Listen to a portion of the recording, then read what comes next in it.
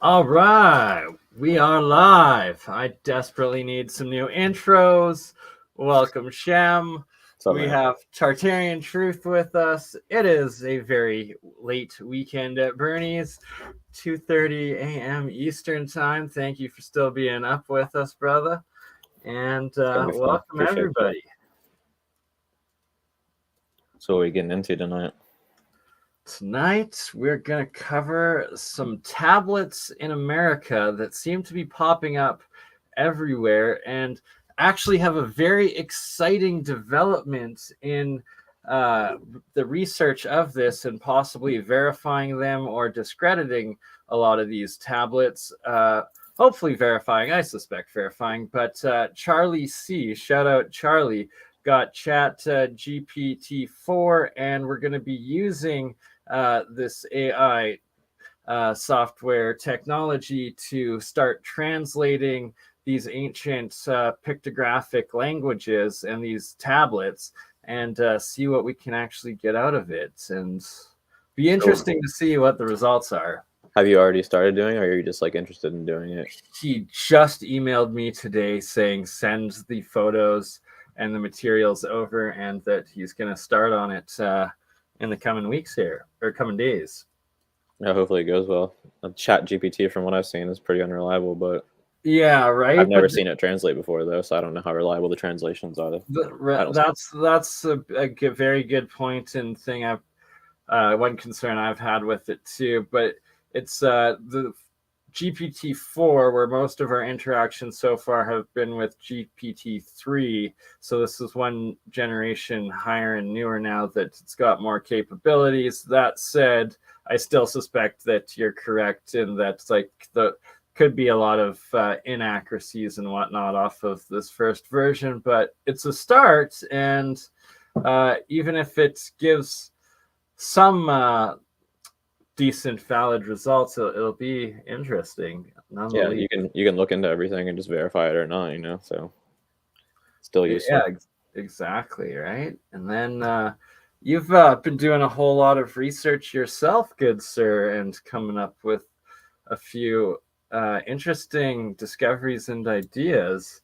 Do you want to give a brief rundown on that before you fall asleep and we lose you because it's so darn late? Yeah, sure, we could talk about that. I guess one thing we could talk about would be the French language seems to have been a lot more widespread than we've been led to believe, or at least what people are familiar with. I know John Levi had that video recently where he was showing the French menus in America, which is kind of evidence to what I'm talking about. It's interesting they showed that because New France, let me get a map here of New France. Basically, before the Louisiana Purchase in the United States, there's an area called New France. Right, and that they were both in the north up in Canada and then in the south in like Louisiana there. And there's still like the French Quarter in New Orleans and a whole lot of French people down there. And you were mentioning the language with that it was similar to like a French French Latin style.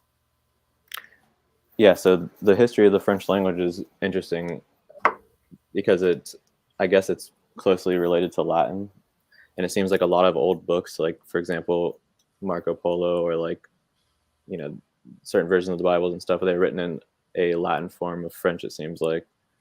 So I don't know if this means that people were just speaking French on a large scale all across the world back then, because it seems like there was trade going on between these people and they were able to understand each other during these time periods as well.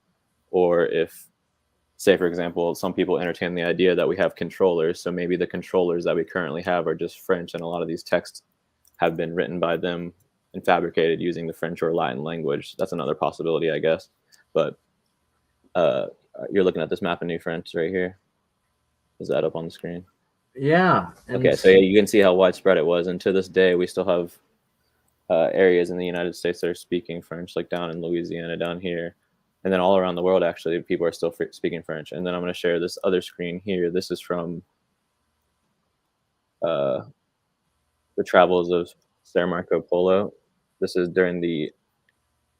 Let me know when you can see it, by the way. Yep, can see it. Okay, so this is in the introduction to the book. This is an 1827 translation of the book. So that's before all the BS. But anyways, it talks about how widespread the French language was. So it's basically saying how the original text of the Marco Polo was written in French. And then it goes on to describe different areas where French was like the main language. So it was saying here, the French language had at a time almost as wide, perhaps relatively as a wider diffusion than it is now. It was still spoken in the court of England and still used by many English writers, of whom the authors or translators of the Round Table romances at Henry III's court are examples. So Alexander III, King of Scotland, at his coronation spoke in Latin and French. So this is in Scotland. In 1249, they're speaking French. Right, that's a very good point, that all of the UK islands used to speak French, and that at one point when it was forming, like the, I guess you'd call it the Anglo Empire, like the English, England, they had part of their territory on mainland France, and that they were still speaking French on both the island and the mainland at that time too. And yeah, how it goes all the way through Africa, through Asia, and all through North America. It's insane. And then it says, indeed, down to nearly 1385, boys in English grammar schools were taught to construe their Latin lessons into French. So here it's talking about how numerous Frank courts in the East, like Asia, Middle East, Jerusalem, Syria, they were speaking French. Even to this day, you can see in Lebanon, I think it is, they're still speaking French. Absolutely. We can check out a world map. Well, the reason that this is important is because the book of Marco Polo is about the journey of Marco Polo working for Kublai Khan, which was called the greatest, like the grand leader of all the Tartars in history. So the reason this is interesting is because they were able to understand each other very easily. Apparently, they say that Marco Polo could speak the Tartar language, but the reason that Marco Polo was even introduced to Kublai Khan is because his father and his uncle were initially the ones that met him. So whoever they were communicating with on the way there seemed to be able to speak, like they were speaking Latin or French at the time. So I guess it's possible that a lot of people in the so-called Mongolian Empire were also speaking French back then.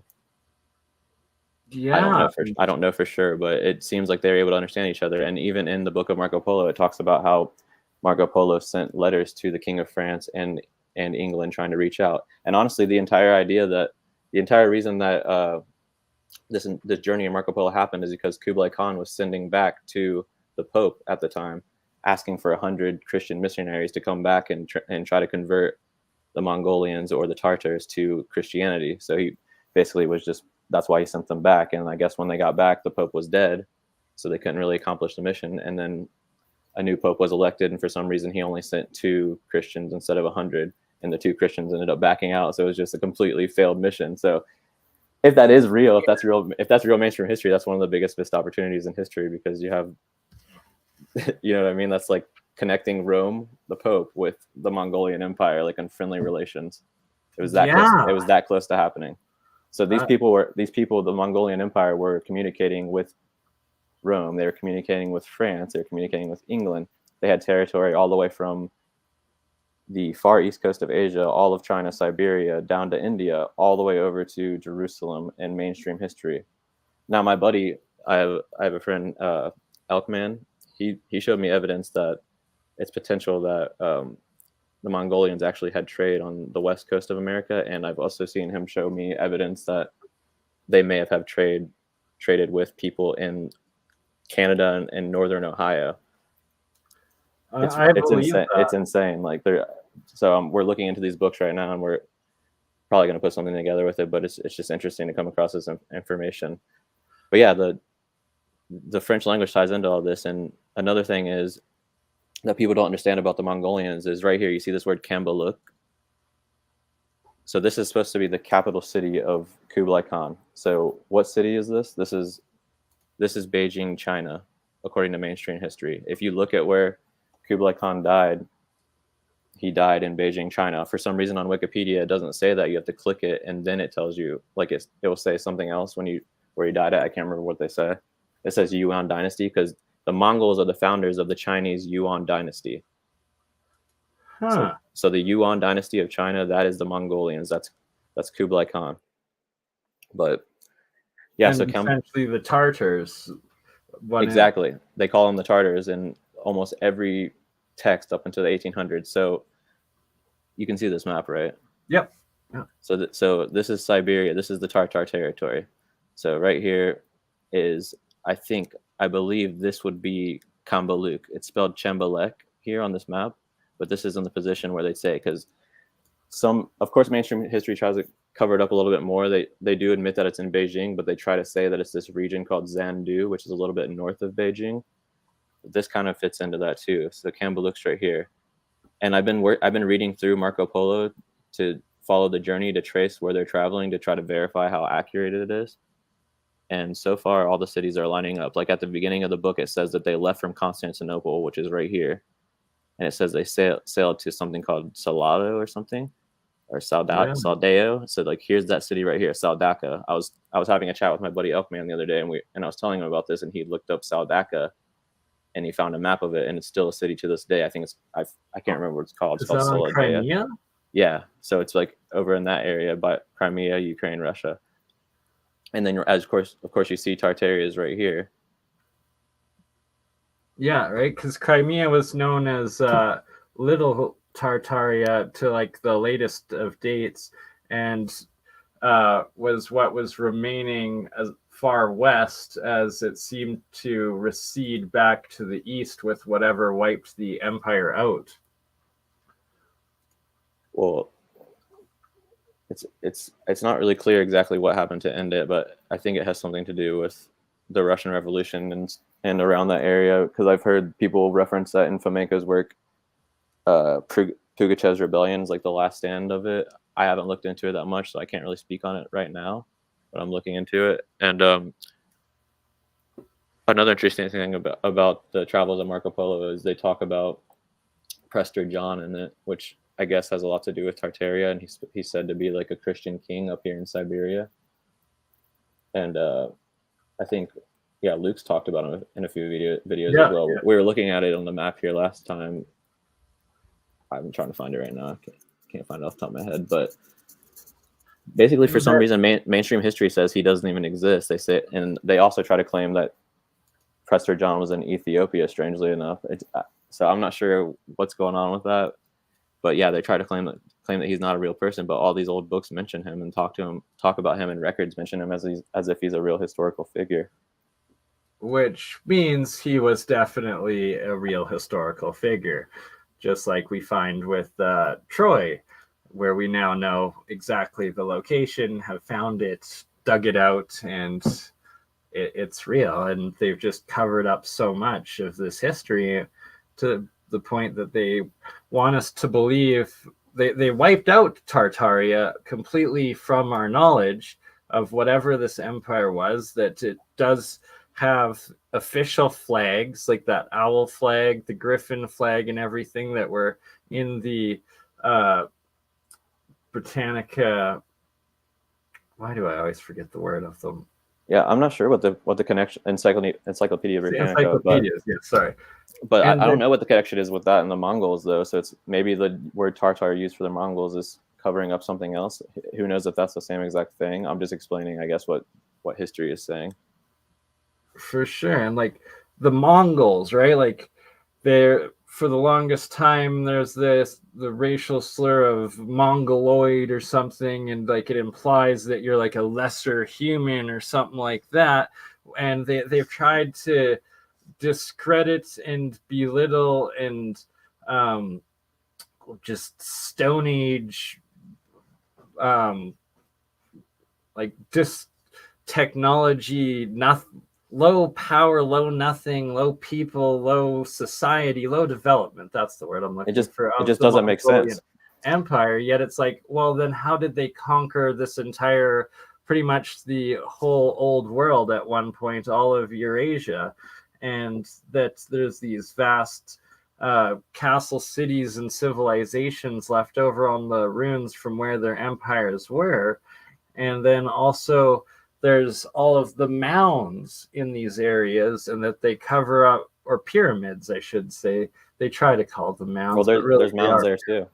There's mounds there as well. And the thing about them being uncivilized doesn't make any sense, because under Kublai Khan, they had paper currency and they had trade with various areas, like I was telling you before. So all this right here, I don't know if you can see my mouse right now. Yep. Okay, so all of this that my mouse is circling right now, all of this, all the way over to here, all of this, besides some of northern India, just not the bottom part, all of that was Mongolian. All of that was under the control of Kublai Khan. After Kublai Khan died, they took some voyages down here as well. They tried to invade Japan, but it didn't really work out. But the thing that's important about that is they were sending messages to Japan for diplomacy. Every time they went to a new area to conquer it, they sent diplomatic messages first to try to do it peacefully. So basically, they're collecting taxes from these people as opposed to invading them. Some people didn't want to do it. You know what I mean? Right. But like, that's a big difference between barbarians and a civilized empire, like an imperialist developed society that it's looking like it had to have been. It was a lot more sophisticated than they let us know for some reason. But they do let us know, because I mean it's available history. It's just maybe just not widespread. I'm not sure, because I'm just some random guy. It's not like it's weird that if people don't know about this or something, you know what I mean? But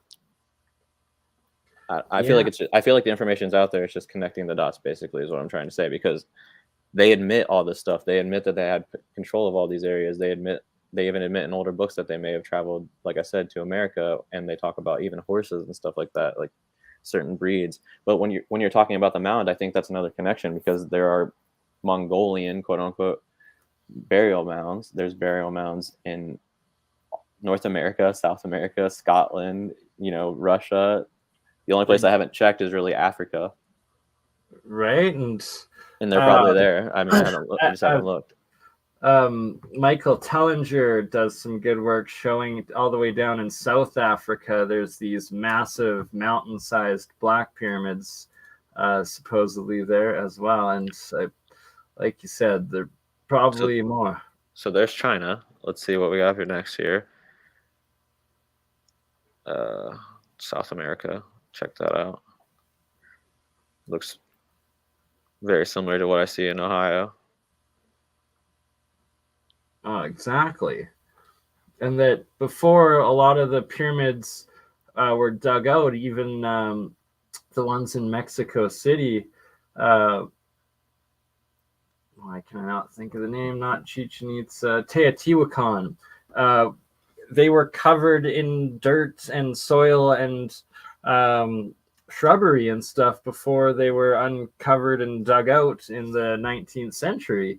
And that a lot of these mounds probably do indeed actually have a geopolymer layer of rock on them, and are indeed pyramids more so than mounds.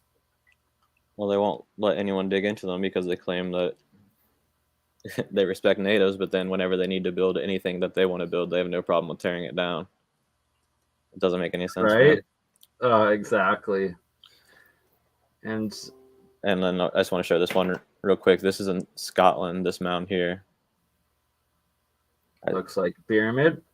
So yeah, that's what I'm saying. Like we have the same style everywhere. But I think those key mounds are from Japan for a second. Take a look at those one more time. Right, I find them fascinating. So I think her name is Queen Himiko or Pumiko. It's either Pumiko or Himiko or something like that. I'm sorry, I don't remember. It's pretty late, but I think she's important because she was a female leader of Japan, and I know that at least some Native American tribes in America, when they made contact, they were said to have a matriarchal society with female leaders. So I don't know if that's a connection or not with these ancient Japanese/Asian people who had female rulers as well, but the religions do seem very similar all around the world. And like that Keystone one right there, we're looking at how similar it is to like Beijing's old or Forbidden City style, as well as in Indonesia there.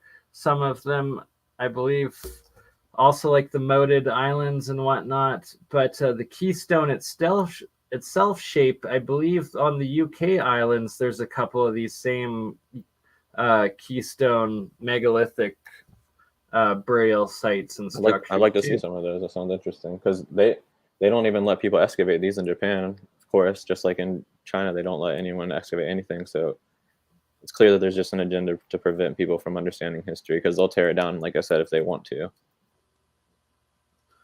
Okay. So exactly, right? Like Kublai Khan, that's who we wanted. Okay, so I just wanted to show this real quick because I was talking about earlier how they are kind of sketchy about Kublai Khan, where he died. Okay, so see, it says he died in Kambalik in the Yuan dynasty instead of just saying the city that it actually is today.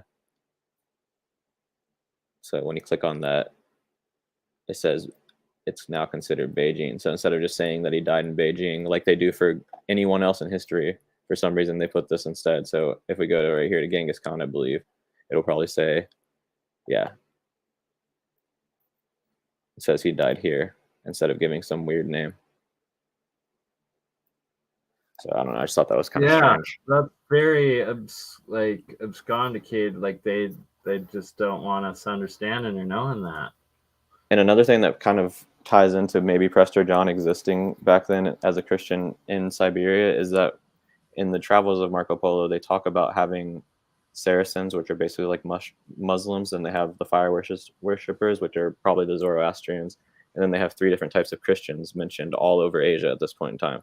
They're called the Jacobites and the I can't remember the other one. It starts with an N. Nazarene? Nestorian. I think it's Nestorian Christians, and then there's another Christian that was tied toward the Eastern Orthodox Christianity. So, these people are all over the place back then, and this is in the 13th century. But yeah, I mean, that's pretty much all I got. 13th century. Yeah, because 13th century is 1200. So Marco Polo and Kublai Khan were both around back then, because Marco Polo worked for the court of Kublai Khan. That's why the book exists. So he was traveling around working for him for various years, going around Asia, taking notes of everything he saw. And mainstream history uses some of his stuff, and they say it's factual, but then every time he says something that's, doesn't fit into the political narrative, they're like, oh, he's just exaggerating. Because he even describes the dog-headed people. I don't know if you've heard about them before. Like, he describes their culture in detail. He describes everything about them. He describes tons of things like that in his book. It wasn't actually written. I've seen one of the drawings of the dog-headed people in it, but I did not know that he went into detail of it. That's fascinating. Gotta look into it.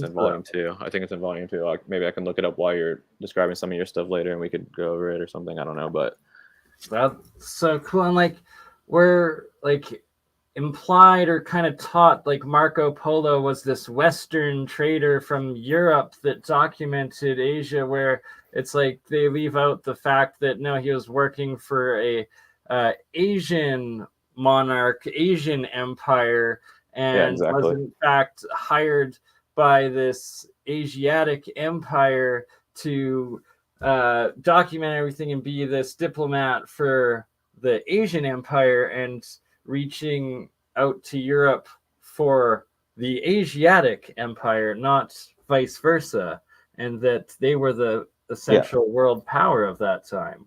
So just to clarify, the story is Marco Polo's dad and his uncle are going out on basically to be merchants, and a war starts, so they can't go back to Venice. So they end up meeting up with a prince of the Mongolian Empire who is excited because they're Latins, and Kublai Khan has never met Latins before, and he really wants to. So they tell them like if they go meet him, they will be rewarded.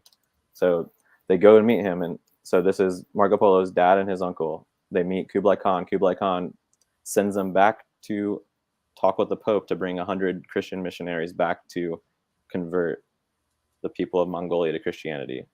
During that time, that's when they pick up Marco Polo, because, like I said, there was no Pope. The Pope died shortly before that. I think they say Pope Gregory was the one that becomes the Pope after this. I'm not sure, though. I don't remember exactly off the top of my head. I'm sorry, but don't apologize. Full of knowledge. So after that, Marco Polo, his uncle, and his dad, they head back out, and that's where we started kind of following the journey a little bit on that map earlier too. And when they get there, basically they just Kublai Khan's like, hey, I really like this kid, he's smart, and he gets employed by him, and then like, yeah, he works for him for the next, I think it's 27 years or so. I don't remember how long it is, but I think it's like 20 years or over 20 years. And the only reason they get to go back is because, this story is actually pretty crazy. The only reason that Marco Polo actually gets to go home because Kublai Khan didn't want him to leave. And since Kublai Khan was getting old, he thought he would never be able to leave if they didn't get out soon. So apparently there was a king, his name was Aragon or something like that, which is interesting. But it turns out they say that this is in Syria. But if you know anything about Aragon, it seems like it's part of Spain, like because you had the kingdom of Aragon back then. But they say this guy's in Syria. So anyways, his wife died, and apparently she requested that his next wife would have to be from her same tribe, which happened to be over one of Kublai Khan's family members or something. So the only reason Marco Polo got to leave was because he went with that wife back on that journey, apparently, or else he would have been stuck there forever. So I thought that was interesting. But another interesting thing about that book, before we move on, apparently back during this time of Kublai Khan, they knew a lot about astrology, and they had timekeepers and everything. So they had these water devices that kept time for them. So they had people who were constantly watching these devices, and apparently they would like communicate by hitting these, I think they said they were like goat horns or something. Like they were put along the wall, I guess, in each city, and they were like goat horns, and they would like hit them at every hour, kind of like how a cathedral does now. Yeah, I thought that was fascinating. I don't know too much about it right now, but I just thought I'd bring it up real quick. Right, and like that's an essential part of a well-developed society is timekeeping and organization of time through the society throughout the day. There was a question. Yes, Shem does have a channel. It is called Tartarian Truth, and the link is in the description. Just a disclaimer, though, the channel is comedy videos, so they're not really kind of like what we're discussing now, I guess. The astronomy thing, the astrology thing, I think it's for some reason they were like always trying to figure out exactly the time and birth. Oh, I think it was when they passed away. So when someone passed away, they would figure out the date of their birth and the time they were born at to, like, I guess, do similar things to what astrology does today, and they wouldn't bury them until it corresponded with a certain time. So they knew a lot about this stuff back then in the Mongolian Empire. And another interesting thing is whenever a Khan died, allegedly, they would have to be buried in the same mountain. And every single person that the envoy would come across on the trip back to that mountain, they would take them with them, and they would sacrifice them when they got to the burial place, because they would be said to serve the Khan in his afterlife. So if the Khan died like 100 miles away, everyone on that 100-mile journey that they came across by accident would be sacrificed and killed. and they would also sacrifice his best horses. Pretty weird stuff. That's some dedication, eh? Yeah. Just No, imagine you're just walking down the street though on your way home, and it's like, it's like, oh fuck, shit. now I'm gonna die suddenly. Right, but yeah. And that leads into so much more of that time period, and like the rumors and evidence of potential giants or different species of hominids and Homo sapien, but the Devonians and the Neanderthals, and that there's evidence that they lived a lot more recent from the genetics that have been coming out lately. And then once again, back to these mounds, and that were all the legends and stories of mounds that have been excavated is that there's usually giant people underneath them. And then why aren't we allowed to excavate anything today anywhere in the world or look into it?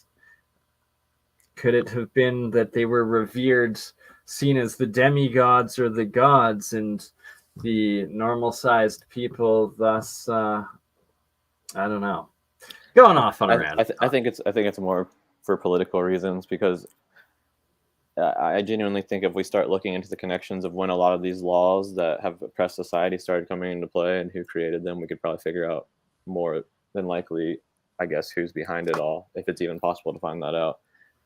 Been trying. It's really hard and annoying, and more interesting stuff always comes up and distracts me.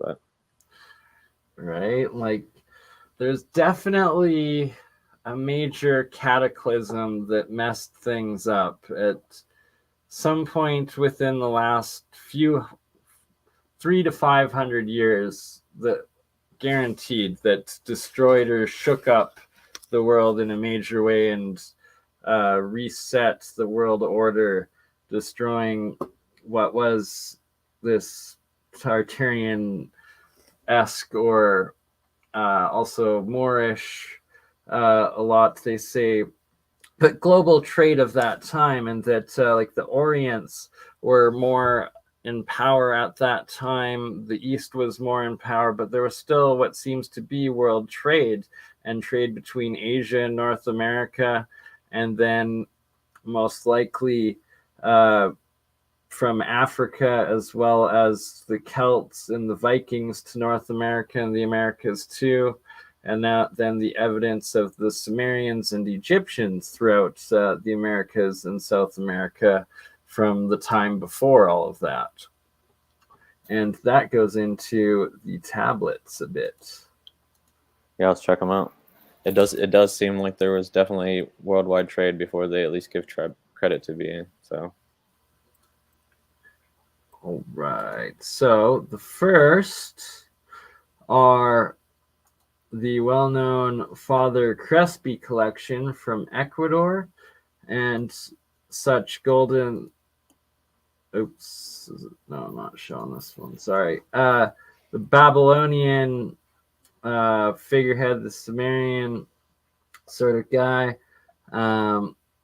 as well as this Babylonian individual. Both of these were in gold tablets in the Father Crespi collection in Ecuador, as well as what looked like almost Masonic style individuals, definitely occultic,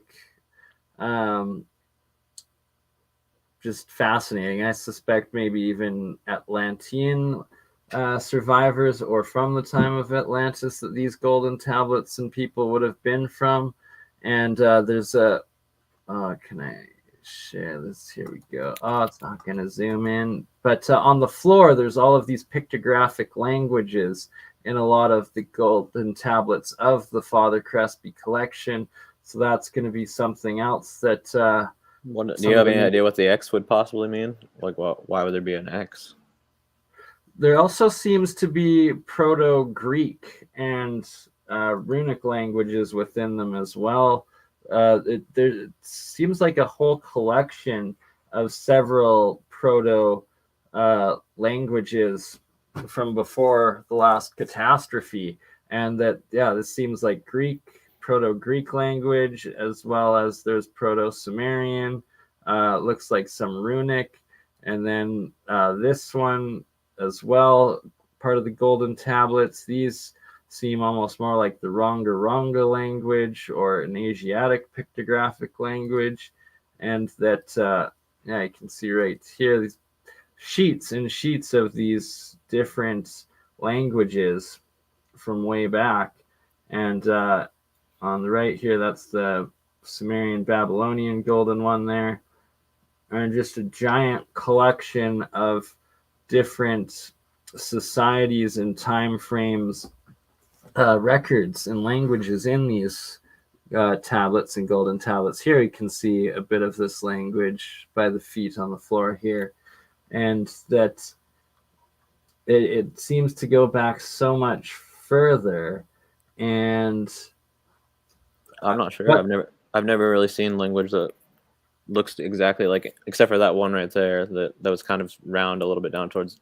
If you scroll down a bit, other than that, I haven't really seen much language I'm familiar with seeing before. It's a little bit further down, right here, with a blue background, I believe. Oh, this one here. I don't. Yeah, I've kind of seen one something that looks similar to that before, but yeah, overall, I don't think I've seen. Slavic, Proto-Slavic, Proto-Greek style language, possibly. So what's this guy's background? Like, where did he come from, or how did this all come about? Father Crespi was a Roman Catholic missionary, Jesuit priest, actually, that left Rome, I think, at the age of like 20 or early 30s, and traveled to Ecuador, where he set up a missionary. He was actually a good humanitarian that earned the trust and respect of all of the indigenous locals, who then started bringing and showering him with all of these gifts and different tablets, which they were saying came from the caves and an ancient lost civilization, remnants left over. And that it's not well known, but in the 80s, I believe it was, after Father Crespi had died, and the Roman Catholic Church took a bunch of the artifacts of the Crespi collection back to Rome, or to, my God, it is late, where the Pope lives. The Vatican City. The Vatican, there we go. And that then the Ecuadorian government, along with, I believe it was the Smithsonian Institute, or it was one of like the major archaeological institutes of America, but Buzz Aldrin was also part of this expedition that went into the Cayos Coco caves of Ecuador that were right by where Father Crespi's missionary was, and where the determinant said that a lot of these golden tablet artifacts had come from. And even had Buzz Aldrin down there, and a bunch of the military officers of Ecuador that were part of the mission died because there was a bunch of booby traps in these caves, and apparently they called off the exploration after that. But from the images released of it, they're in what definitely appears to be a massive megalithic buildings of these just giant, like the Siberian size megaliths, or the one in Lebanon there, the just ridiculously large, hundreds to 1,000-ton blocks, built cave system that you can see Buzz Aldrin pictured in with a bunch of the Ecuadorian military, and that it was definitely intelligently designed and built cave system. It's so weird that Buzz Aldrin was there. Right? Exactly. And there he was, and then there was never any talk of it after that or since then. And like all of these giant massive sheets of gold, like they're trying to claim that these were frauds made by these peasant tribal indigenous people there in the like 40s and 50s and maybe even 30s, could have been earlier. Yeah, from 1923 to 82 there. So in the 1920s and 30s, when he started getting them, how the heck these isolated indigenous people of Ecuador could have smelted all of this gold, pounded it out, and then somehow replicated these lost Sumerian languages, the Egyptian style, the Babylonian style stuff. It's just ridiculous to claim anything of the sort, that it could have been forged in that time period, and especially that on gold.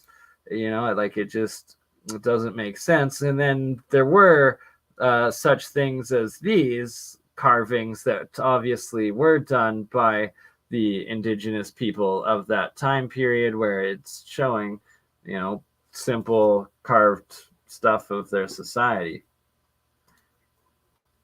And like here's another one. Look at the inscription at the bottom of that. Looks proto Sanskrit or Sumerian almost. Kind of looks like a cat. Those cats look weird though. Like, right? What? Oh yeah, they look like I don't know. They look silly. They do, and there's some really weird actual golden figures in there. Let's see if I can find more of them here. Like just some very bizarre faces and entities in some of the golden tablets. Yeah, like look at this one here. Like look at the rabbits, the giraffe, what looks like the elephant, but like just cartoony style people faces. So have you seen evidence of these types of drawings anywhere else so far, or just here in this collection? It actually kind of appears some similarities to some of the Inca stones and the Burros cave tablets of Illinois, to be honest, and some of the petroglyphs too of the Americas, pretty similar.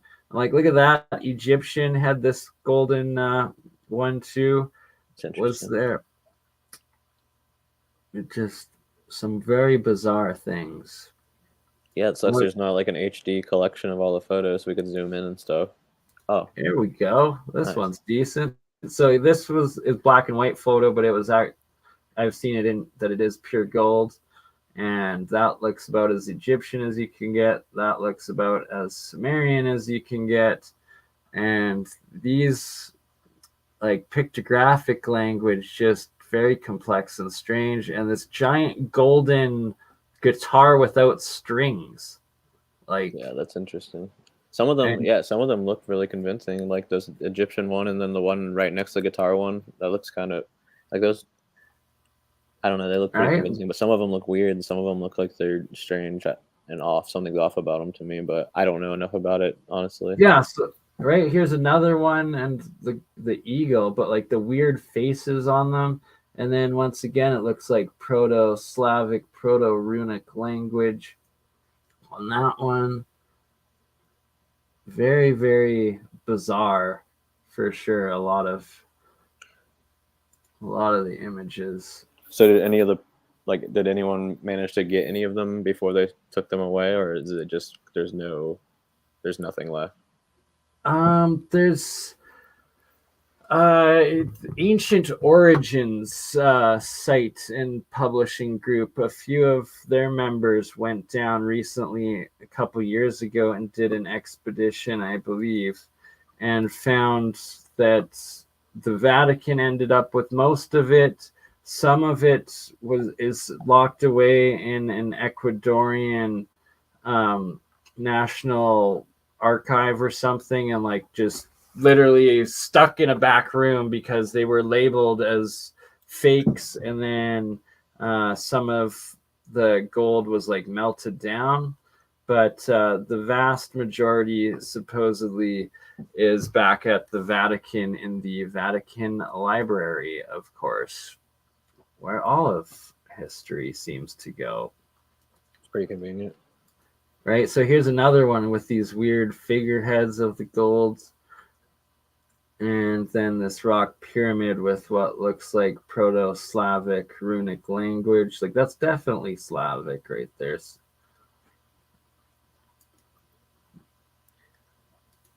Yeah, it'll be interesting to see what Chat GPT comes up for the translation for some of these. Right? Yeah, and it's like we'll start with obviously the ones that appear to be more like Sumerian or Sanskrit or Slavic languages that it would have a better chance of actually deciphering and recognizing off the start. And then, right, so here's another one with like these gooey guys, just like the weird cat-faced ones. Yeah. And like, but look at the language at the bottom too. An elephant at the bottom. And here we got some deer or reindeer or something. And then like, what are these gooey dudes at the bottom? You got flower-faced things, and it's all in straight gold too, which is very surprising, strange, weird, tough to make sense of. Here's another one with some weird, almost look like giant style people or something. They're maybe Celts with their skirts or their wow. The triangle head and the triangle helmet is interesting. Yeah.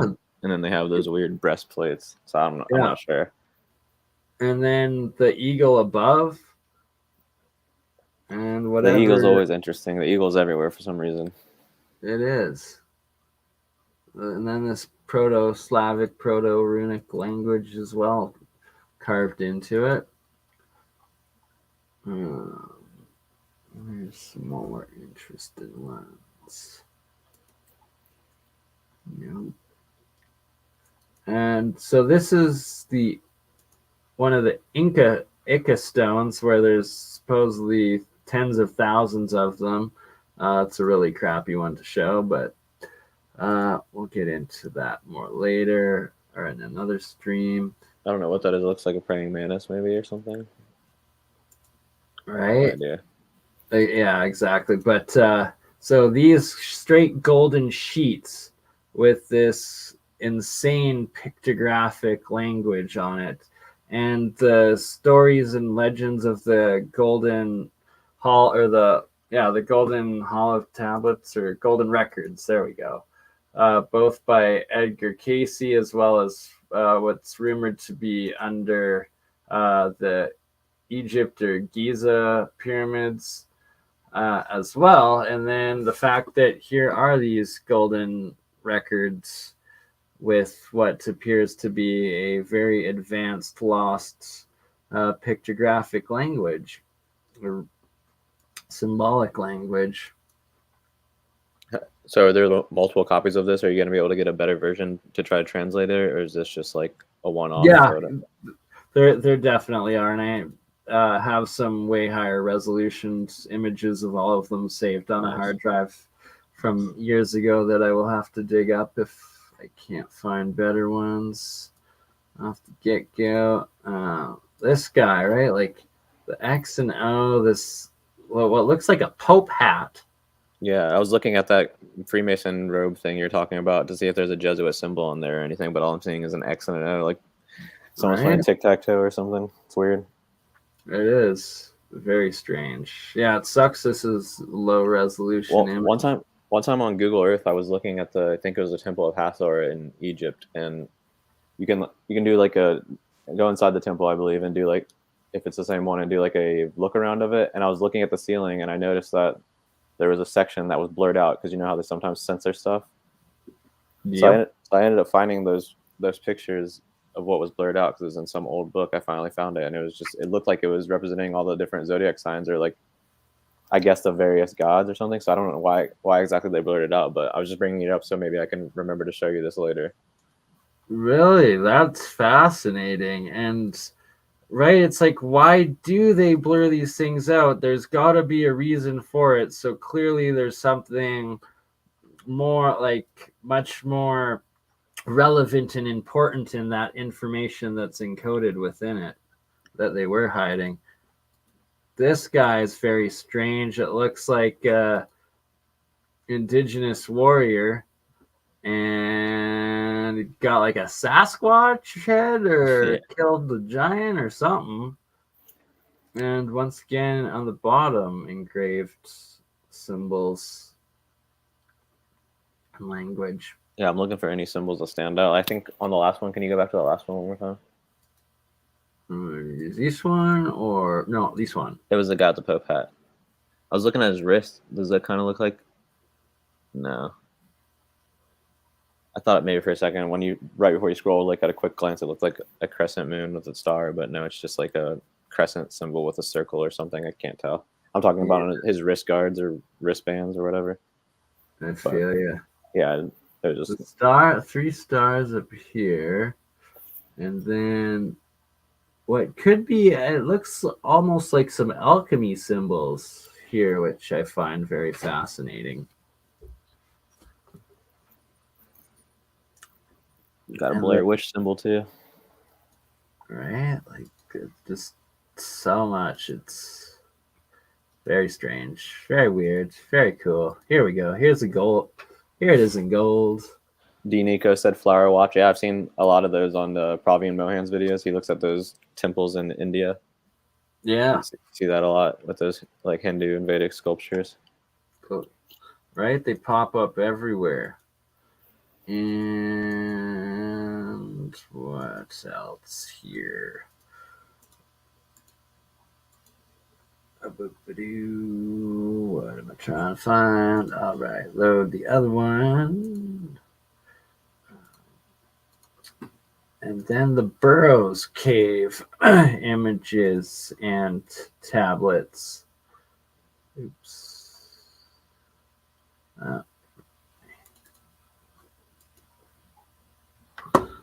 Here we go. Burroughs Cave.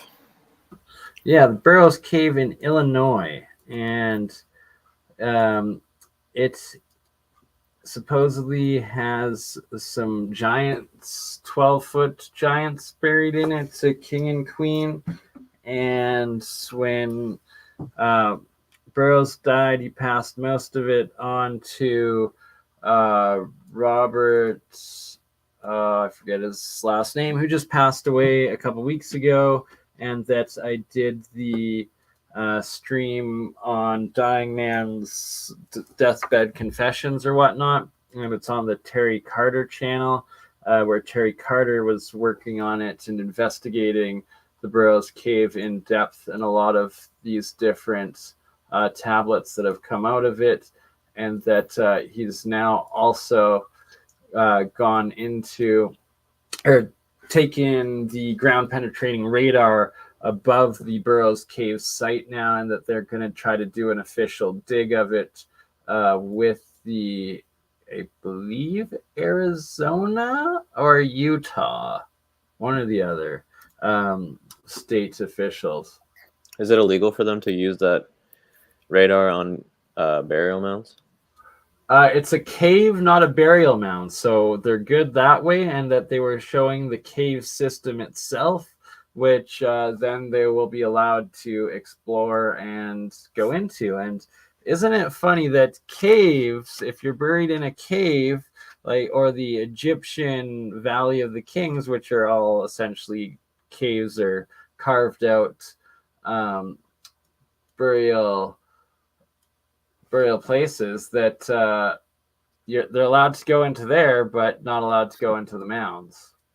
Well, yeah, I was just wondering, like, have they found out if they're able to, I guess, like, for future reference, are they able to actually use it on a mound, or they're just not allowed to use it, or you know anything about that? Very good question. And I think I've heard that most aren't, and that it's like a lot of the LiDAR mapping, the areas around the mound seem to be missing. Interesting. All right, so this Sumerian language up here looks Egyptian, Sumerian-ish, couple pyramids, Blackstone, near Detroit, Waynco, Michigan. Interesting. The Soper collection. So this is a different one than the Burroughs Cave. Another tablet found in the US. Sorry. Oh, come on. Stupid copies. Doghead. Right? The dog-headed guy. Cynocephali. Fascinating. Or, yeah. Oh yeah, I was gonna try to find the dog-headed people. Let's see. This petroglyph in Utah, or maybe no, Colorado, maybe New Mexico, somewhere around there. And that like this petroglyph here, I think this one's New Mexico, but this is also an alchemy symbol and a sigil of the runic alchemists. And It's got Arabic on it. yeah, this one's Arabic alchemy. Sorry, mixed in with there will be a bunch of. There we go. So this one's from the Burroughs Cave. Local indigenous with Sumerian language. Definitely all Sumerian up here. So this would be a prime one to get ChatGPT-4 on. Good old Nazca lines. The language kind of looked, I don't know, on that last one, it kind of looked a little, I guess, influenced by Arabic. Yeah, runic or Arabic a little bit. Yeah. Right? That's a very good point. Like this part is Sumerian, but that's looking very runic Arabic-ish. And like this massive run rate way thingy in Nazca, Peru, just had to throw in there that you can see the erosion, or the last time there was torrential flooding is over top of it, so that this was built before then.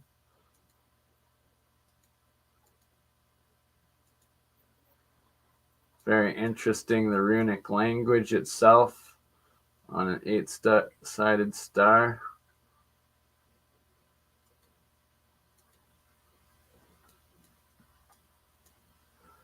Michigan tablet showing signs of Christ's birth, Treasure of the Ancients by Stephen Schaeffer in 1996. Yeah, look at that. That would be interpreted as. Okay, see that IH dash looking symbol right there? That's been on a couple of them. Like, kind of reminds me of the Jesuit logo a little bit for some reason. But is there any indication of what that is? Because it's been on a few of them. This right here, I believe, is Sumerian language, like the Sumerian stick thingies. Weird. Yeah, and they always have like this shape going down into them. But then this looks more runic. Yeah, almost Egyptian. The two pillars on both sides in those images too. Right? Very, very Masonic. Boaz and something. Yep. Whatever the other one's called. I should know that. Well, you're a Freemason? I didn't know that. I was for 1 year, and then I was like, this is way too Zionist, and I didn't pay my next year's $500 dues, so they kicked me out. So. Yeah, but yeah. Kicked out. It's just amazing. Like, I don't know. I never made it past the first degree, so I don't know any of their crazy secrets or anything, but at the same time, I'm not sworn to any secrecy or bound to anything. But I acted like I knew more and was higher up when encountering other Masons outside of my lodge. And what I instinctually gathered is I definitely there's something more hiding there that like I wasn't exposed to or privy to yet. Or when I say yet, it's like I doubt I will ever get it now. But oh well. Have Still you got read? my soul. Have you That's what have you matters. have you ever read Morals and Dogma by Albert Pike? I've read a bit of it. I definitely want to actually do a full reading of it again. I actually started reading it while I was a Mason when I had access to the Masonic library. That's the one thing I miss about it, and that the real main reason I had joined and what I took advantage of. This right here is 100% runic language of the Norse Viking. This guy says 1 year in, Bernie, you should have got the 3rd degree. Oh, I should have. I was slacking on it. Yeah, like no doubt about it. They wanted to book. They wanted to boot me because I was slacking before even that. It was, anywho. It was also a point in my life when I was addicted to prescription opiates and was rather fucked up. So I also can blame that a bit. But everything happens for a reason. Clean off of opiates 4 years now, have my life back, and still have my soul. Big up. So that's what matters. Yeah, here's another one of these Michigan tablet. There's that symbol again. You notice it right there, the IH dash, right yeah, there. good point. Good eye, and the eye right below it, or next to the ground. Dude, we have to bring up the sideways. I'm gonna bring up the Jesuit thing real quick just to see if I'm crazy. No, that's a very good eye, Shem. Oh, so it's IHS for Jesuits. So I guess it's not that similar, but it does remind me of it. They have those little spikes in the logo too. Let me see if I can. Why did it not let me open anything? The internet has like suddenly changed to where you can't show things on your computer anymore, apparently. Not allowed to share. What? Look at this guy. That looks kind of like a dinosaur dragon. Coming up at this Egyptian or Arab-looking guy. Oops. Hold on, let me see him again. I missed him. Right here. Oh, that little like Snoopy. Right? Snoopy alligator. It looks like, I don't know, that looks very cartoonish. They drew, if this is legit, if this is real, they drew very strangely. Right. Well, and like you said, like you asked, like some of the cartoony of the golden tablets in the Crespi collection. That's there's some similar ones all throughout the U.S. ones, and it's like it does seem to be a reoccurring thing. So look at that same IH jag thing there. It's right here again too.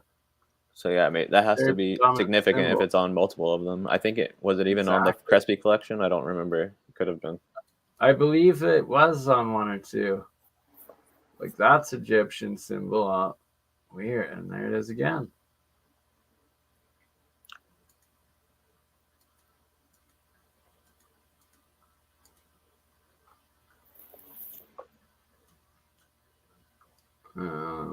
Got the Naruto symbol on there. This, I believe, was in Mexico.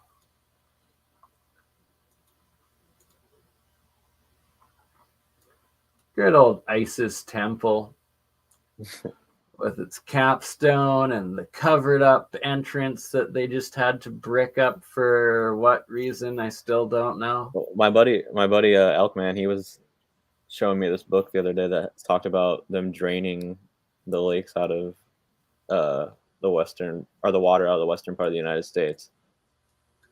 Really? Yeah, he's got a lot of stuff. I'm not sure why he doesn't post this information anywhere, but yeah, this guy knows a lot of stuff.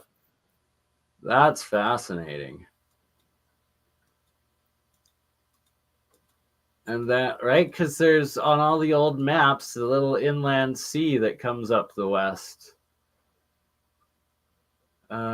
Which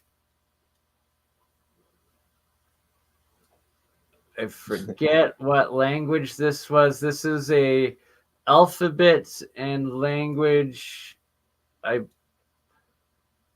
Was it Assyrian? No. Fuck, I was looking at it right before we went live, but I forget the exact language, but this I don't know is it either. a verified ancient language and tablet and alphabet. That's cool. Yeah, it kind of looks like it would be in the area like the Mediterranean. Right? And like, so like some of these, a lot of these symbols, actually pretty much all of these symbols are on most of the Crespi collection that we were just looking at. Like these guys were on like the floor symbols, and these ones were on like the pyramid tablets.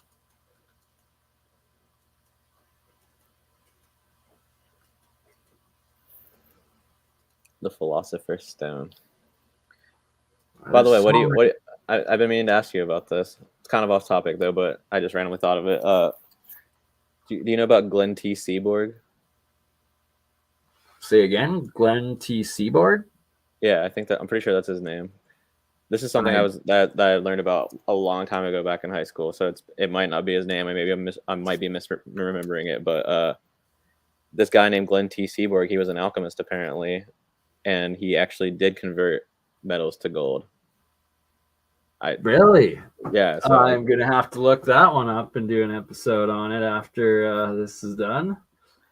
Let me look up to see if that's actually what his name is, because like I said, it's been a long time. But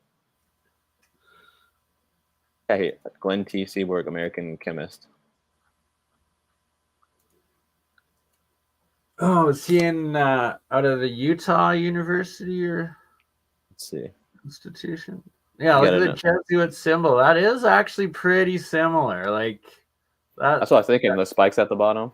Right? Yeah. No, that's just a modern incarnation of it. You're probably right that I'm willing to wager that symbol we were looking at was the old Jesuit symbol, and this is like the newer aged one. That would not surprise me at all.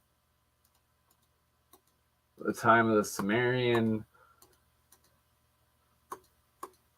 I wonder if it's probably just an urban legend that he actually turned to gold. Watch it, because like I said, I was in high school when I found this. I used to go to during my lunch break and study hall. I would always go to the art room and just get on the computer and research into hidden history for whatever reason. So it could have easily just been like something I read that was an urban legend back then. I'm just remembering it,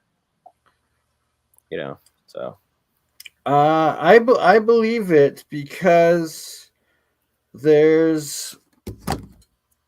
I'm pretty sure I've actually done the process once before, and just wasn't stable enough because I didn't have the resonant frequency right, and I have a whole theory on how to do it through electrolysis called fusion, and I've seen a few other alchemists do it through different variations of cold fusion ways. I missed it. What up? I see Elfman's in the chat actually. What's up, dude? He says Jesuits were in Mexico smashing artifacts. Oh yeah, Jesuits that was the Jesuit okay, it says I found it. In 1980, chemist Glenn T. Seaborg solved the centuries-old problem in alchemy and turned non-precious metal into gold. Nice. So definitely, take that please. However you want to. Maybe it's true. Maybe it's false. Look into it more. Yeah. It says he got the Nobel Prize in chemistry in 1951. What? Really? All right. That is definitely going to be a future Adeptelkhemist episode. New Anomaly Productions. What's the theory of how Sumerians got to the Midwest? Well, the theory is that it's pretty much been a worldwide seafaring civilization and like global trade exchange throughout all of history, and that it's just been covered up, and that there's lots of evidence of the Chinese, Japanese, the Asiatics traveling, trading to South America, North America on the Pacific side, and then a lot of evidence of the Sumerians traveling and the Egyptians traveling and trading with South America, North America, as well as even Australia. A lot of the ruins and places have been found. And there's that symbol again right in the middle. See it? Yeah, right there again. And another thing for anyone who doesn't know about this, that proves that potentially the Romans and the Egyptians and all those people were communicating with North America is that there are old depictions of corn and there are old depictions of pineapple long before the discovery of America in those areas of the world. I don't have the Very pictures on true. hand to show you right now, but just look into that if you're doubting it at all. I know exactly what you are talking about. One of the Scottish cathedrals has the corn in it as well. And then in Pompeo, some of what they've dug up, there's relic reliefs of corn and pineapples as well in it. It's amazing. Like, yeah, the Pompeo one. Right? So That here we Pompeo got situation is very sketchy. Yeah, right? And like how it appears on so many maps up to like just a couple hundred years ago and apparently wasn't discovered until like what, 100 years ago or something like that. And then they were bombing the hell out of it during World War II, apparently. Yeah, that is So another good point.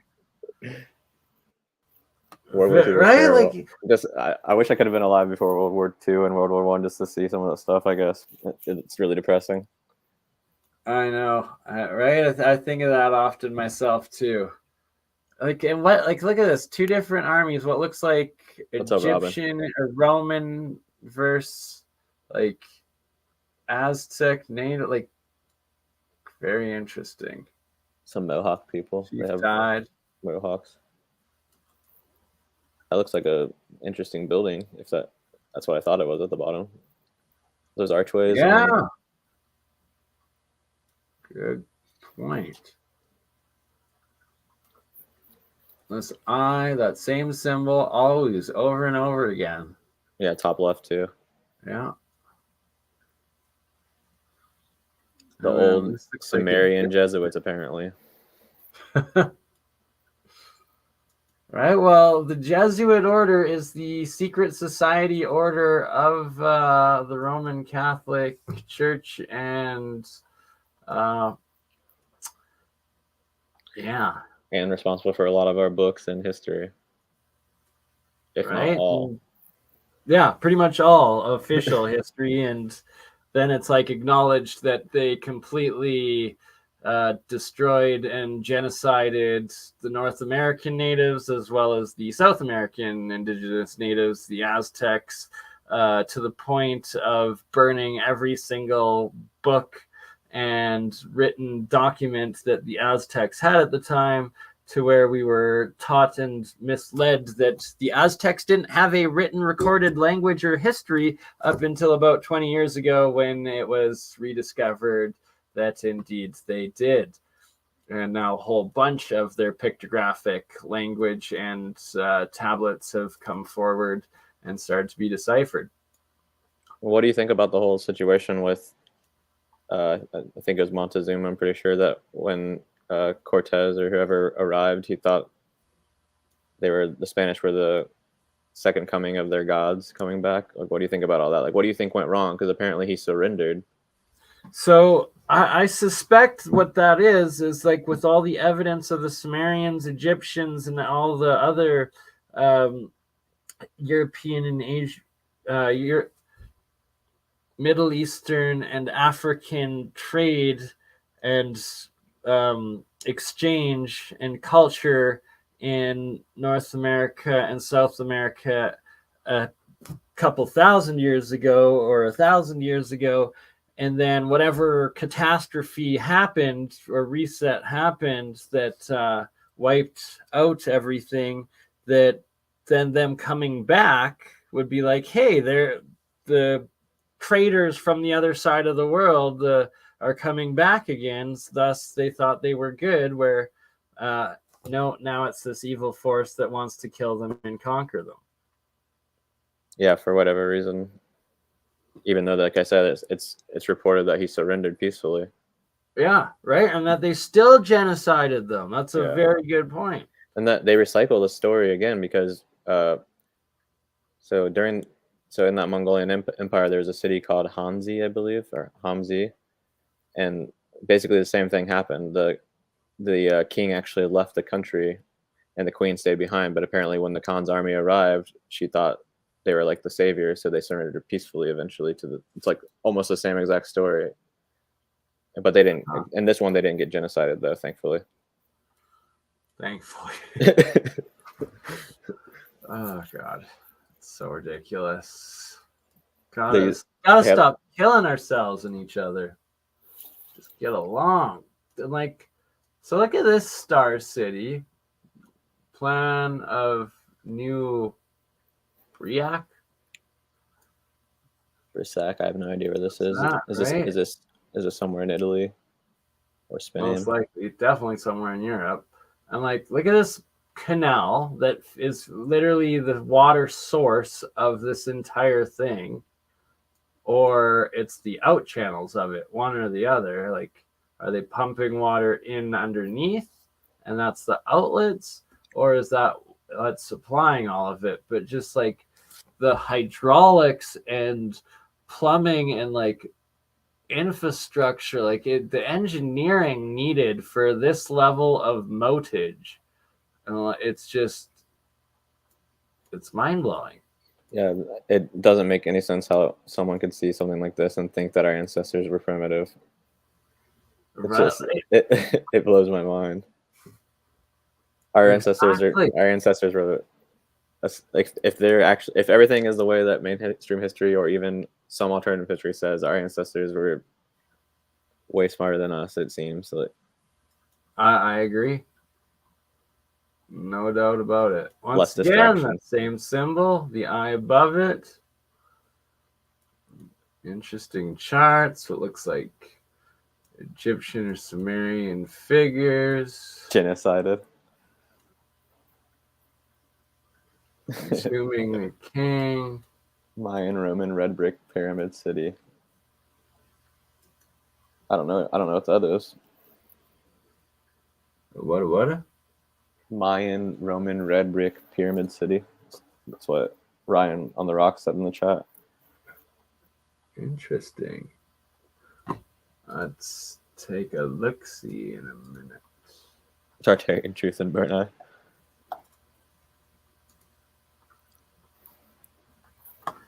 Oh, oops. That is the image of the stream. And look at the chicken head guy, though. That's what I found fascinating. Here's another famous tablet, and this seems to be an actual image of it with the guy's arm, not just a digital copy. So I find it fascinating. Like, is this the actual Emerald tablet? And definitely also a top candidate for ChatGPT-4 to go in and try to decipher. And again, a lot of the symbols in the Emerald tablet also look like lots that were on the some of the Crespi golden tablet.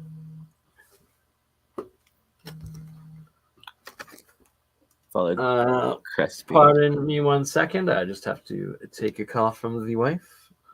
Are you good?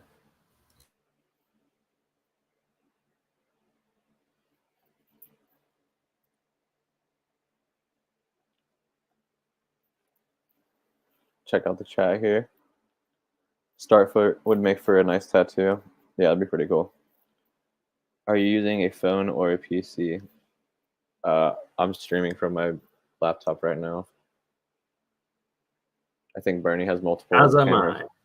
As am I. Well, 2 laptops, and with Bert and Ernie being the second one. It looks like the Mayan Roman city link was shared. Hold on, let me see if I can click that. Can you send that on Instagram? Because I can't see the chat, or I can't click or anything on the chat. I guess I don't know what's going on. Okay, you need me to send? No, someone shared a link in the chat, and I was asking him. Gotcha. Elkman, can you send that to me on Instagram? Check it out.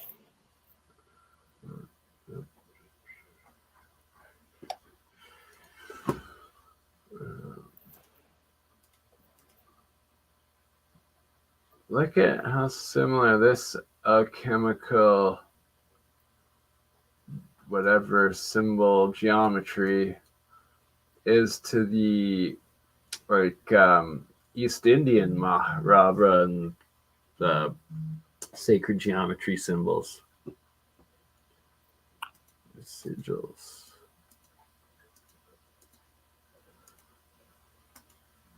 What was the difference between them? Like I guess like what culture was the first one from? It was alchemy, a European alchemy, I believe. So here again is, it doesn't have the label at the bottom, but this was also in the Burroughs Cave, Illinois, and the runic symbols, some of it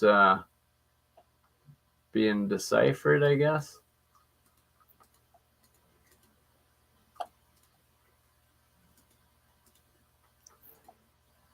Ooh, what random invention thing is this? Let's build it. Dr. Red W. Winkler. What? It's apparently whose blueprint this is. Here's this ancient Mayan city. It looks really weird. It looks like there's like, I don't know if you've ever seen a salt pile before in like your city or something. It's what those steps are kind of turning into that based on what I'm seeing. Weird. Yeah. Okay, let me scroll down a little bit. See what it says. Roman style fire bricks, eh? Kalmakoka. I guess at the full screen to zoom out, maybe. Experts argue that the fire bricks used to construct the pyramid resemble construction techniques employed by the ancient Romans halfway around the world. So there we go. That's a pretty good link between them. So either they were built just by coincidence, or these people had communication, and we have evidence, like we said before, of them knowing about tobacco and corn and all that good stuff and pineapples.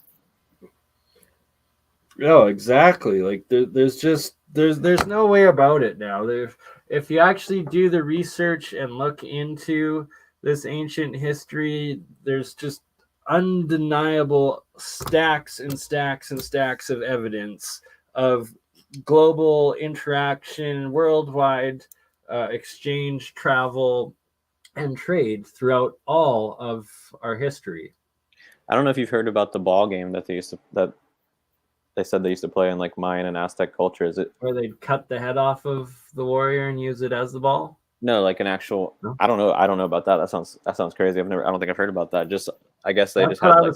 That's what I was told that they used as the head when I went to Chichen Itza pyramid in Mexico. But it was like, was it though? And then I saw like this, the circles on the side of the walls where supposedly the heads go through for them to score. And it's like, well, I don't think a skull could fit through that. Like, okay, I don't know the details because from what I heard that they have no idea how the game was played.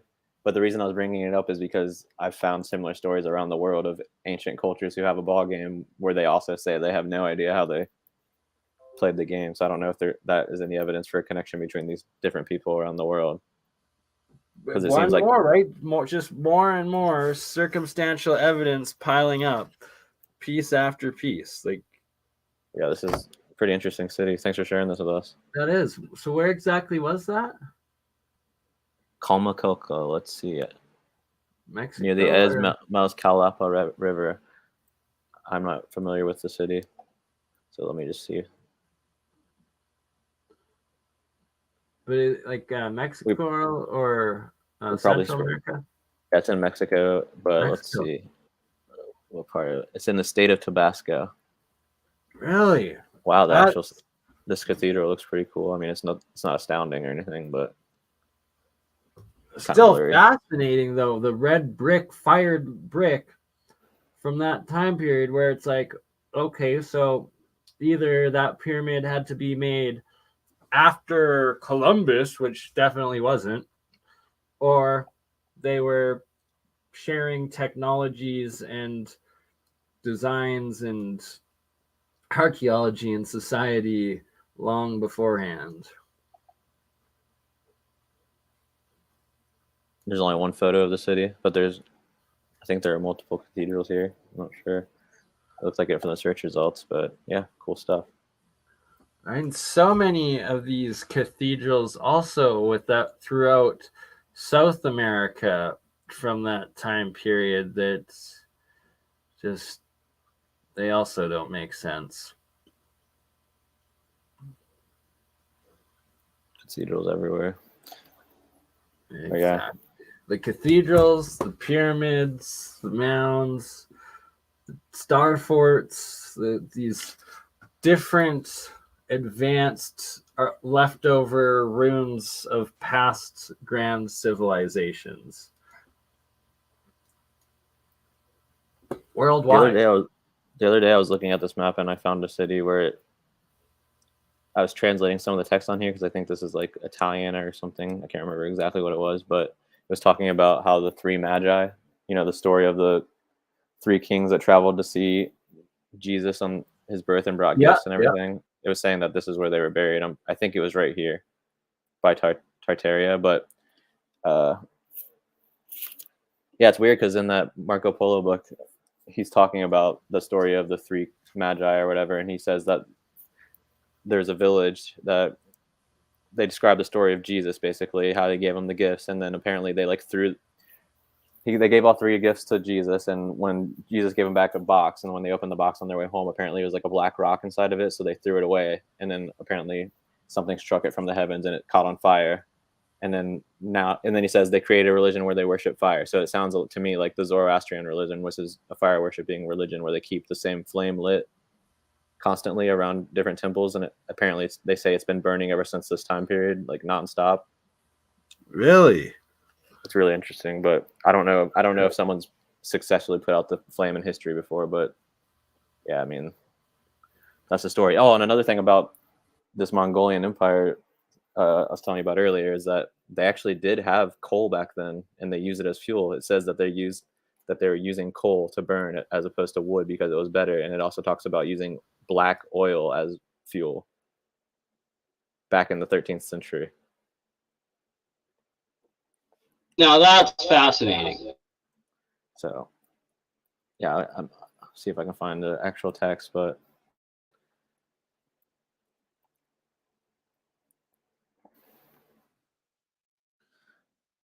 these people are just a lot more advanced than they let us know. So much more advanced and so much more international, worldwide trading civilizations and development.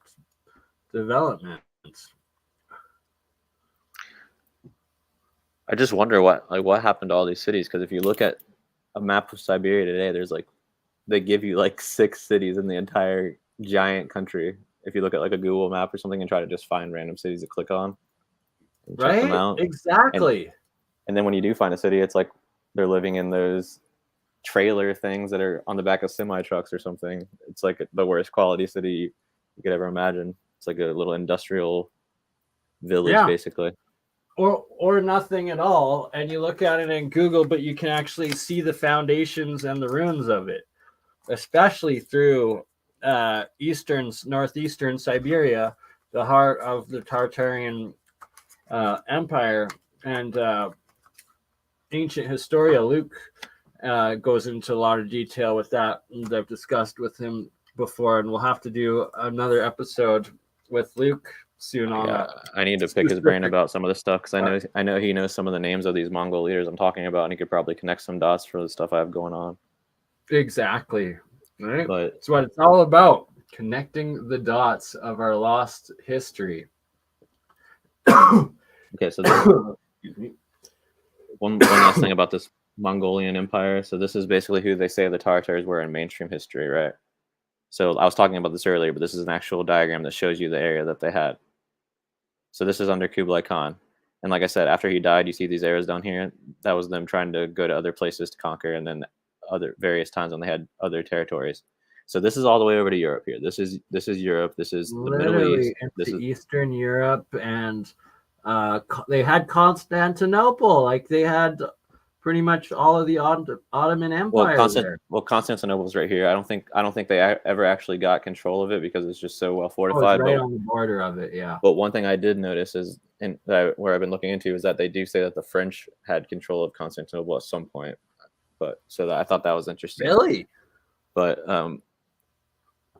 yeah. So, and there's also stories about in St. Petersburg when Napoleon arrived there, they were speaking French, right, or something. And I don't know. That's kind of off topic. Heard but of the Prussian Russians, the upper class, also speaking French, and I guess there's a comment that mostly it was the upper class that were the French speakers, and that if you go into the monarchs and the royals, a lot of them were of the exact same family, all throughout Europe and inbreeding, and that they would have been this French monarch bloodline royalty, I guess. Well, I've been finding evidence that a lot of these bloodlines are connected more than we would think. Like, for example, okay, so on a lot of these coats of arms, especially with the Spanish ones, and even back to like Emperor Maximilian of the Holy Roman Empire, it will say on the pillars, like those two pillars that are Masonic or whatever, the Hakim and Boaz, it'll say the words plus ultra on the pillars. Plus ultra. So the interesting thing about that is a few years ago, I remember reading something about how Plus Ultra was a secret society that involved people like Nikola Tesla and Thomas Edison that was trying to like better the world from behind the scenes. But the thing is, when I looked into that recently, none of that information exists anymore. And now it seems like they're trying to say that that's all part of some Disney plot. So I thought that was expunged it. So I don't know what happened with that, but it's really weird to me how, like, if you look at these coats of arms, let me see if I can pull one up. You'll see that it says Plus Ultra. And so the connection I was going to make before I forget this. Okay, so Saudi Arabia at the end of World War I, that's when Saudi Arabia in the current form of Islam was basically created. Before that, it was a part of the Ottoman Empire. If you look at the coat of arms of the Saudi Arabian royal family, it also has this Plus Ultra thing in it. It also has the same German bloodline, basically tied back, I think, to the Habsburgs. Yep. I've heard of that. Let's see here. I don't know if we'll be able to actually see it in this. Thank you. So right here is what I'm talking about, but this is, you can barely see it in this image. I'm sorry, guys. Oh, maybe you can. Do you see how it says Plus Ultra right there? This is the Saudi Arabian coat of arms. Really? So it's very small there, but it says it, and that's that eagle. But this is their coat of arms. So let's go to another one real quick. Crazy.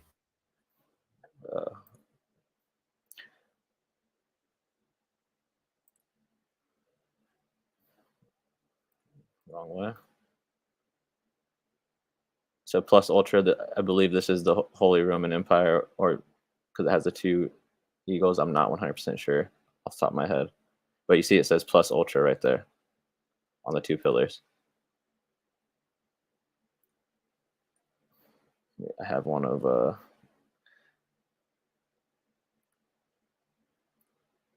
there's another one from that one right there next to the one I just clicked on. That was the Spanish for sure, and it said Plus Ultra. So this is supposed to be Emperor Maximilian. Apparently this is from a Mind Unveiled video. This is where I kind of noticed it. Plus Ultra. And he also looks like he's not white. Yeah. Definitely. And then you see that the German heraldry down here as well. And my buddy Elkman, he sent me a book that kind of breaks down the heraldry, which I still don't understand it. Obviously, it takes a long time to read it, but it's at least a step in the right direction to maybe start decoding what some of this stuff means. It was saying like some of these symbols represent the son of the first son or the second son of the third son, stuff like that, basically. So absolutely. But yeah, I just thought it was an interesting connection. So many. And I thank you for sharing them all with us. Much praise in the live chat as well, that you've blown a lot of people's minds tonight with the information you've been dropping. And Once again, just highlighting that Shem, aka Tartarian Truth, is so much more than just parody. He loves the alternative history research just as much as all of us. Appreciate you. And you, brother. On that note, I have to get going and pick up the wife from work downtown as she just got off bartending, and it is 2 a.m. here, so it is 4 a.m. where you are. Be safe. You definitely need to go to bed, I'm guessing. Yeah, this conversation got me hyped up, though. I appreciate it. It was a lot of fun. Right? I know. Me too. It was excellent chat, brother. I appreciate it. Thank you to everybody watching, and we will be back on Wednesday together, and we'll probably have Ancient Historia Luke with us, and it'll most likely also be with Zertis.